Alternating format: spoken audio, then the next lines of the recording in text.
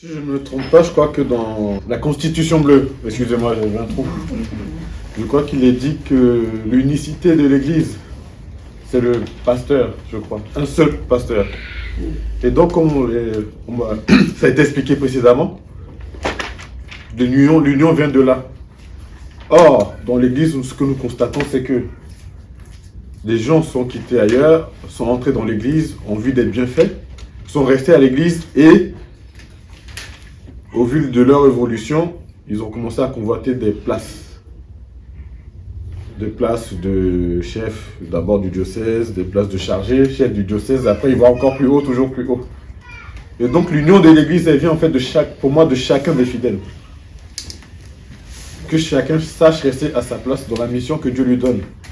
Parce que comme on dit, si on ne se surveille pas, et si on ne peut pas avec nous les armes de l'esprit, on laisse l'orgueil entrer en nous.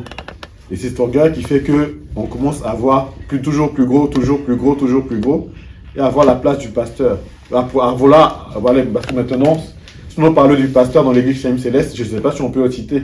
Avant, on disait que bon, il y en a 2 qui sont autoproclamés, mais là, on a dépassé la dizaine, peut-être la vingtaine, la trentaine. Si on va dans chaque pays, peut-être qu'il y en a 10 dans chaque pays. En Côte d'Ivoire, au Cameroun, en France, etc. Donc, c'est un gros problème d'orgueil de chaque homme qui, dès qu'il a un peu de pouvoir, pense être au-dessus de tout le monde.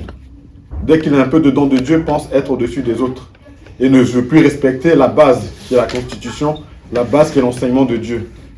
Donc, je pense que chaque homme doit faire l'effort de toujours prier Dieu afin que l'orgueil n'entre pas à lui, pour ne pas dérégler ce que Dieu a mis en place. Parce que si nous ne faisons pas attention, le Satan est très malin pour nous détourner de la voie de Dieu.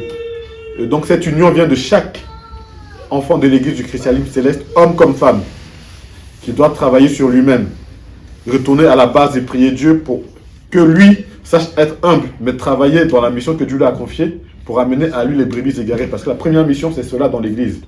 Quand l'église est venue, Papa Joffre a dit, beaucoup se disent chrétiens, mais dès qu'ils ont des difficultés, vont ailleurs.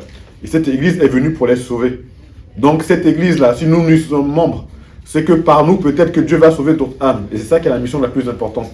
La mission la plus importante n'est pas de devenir pasteur. Si Dieu veut et te prend pour te mettre à un rang, gloire soit à Dieu. Mais ce n'est pas à toi de dire, non, moi je vais à ce rôle-là. Nous n'avons aucun rôle à réclamer à Dieu, c'est à Dieu de nous placer. Notre mission, c'est de ramener à lui les brebis égarées et de nous-mêmes sauver notre âme. Donc je pense que c'est une mission qui est importante et que nous ne devons pas oublier pour que l'Église reste toujours unie pour pouvoir continuer à adorer Dieu en esprit et en vérité.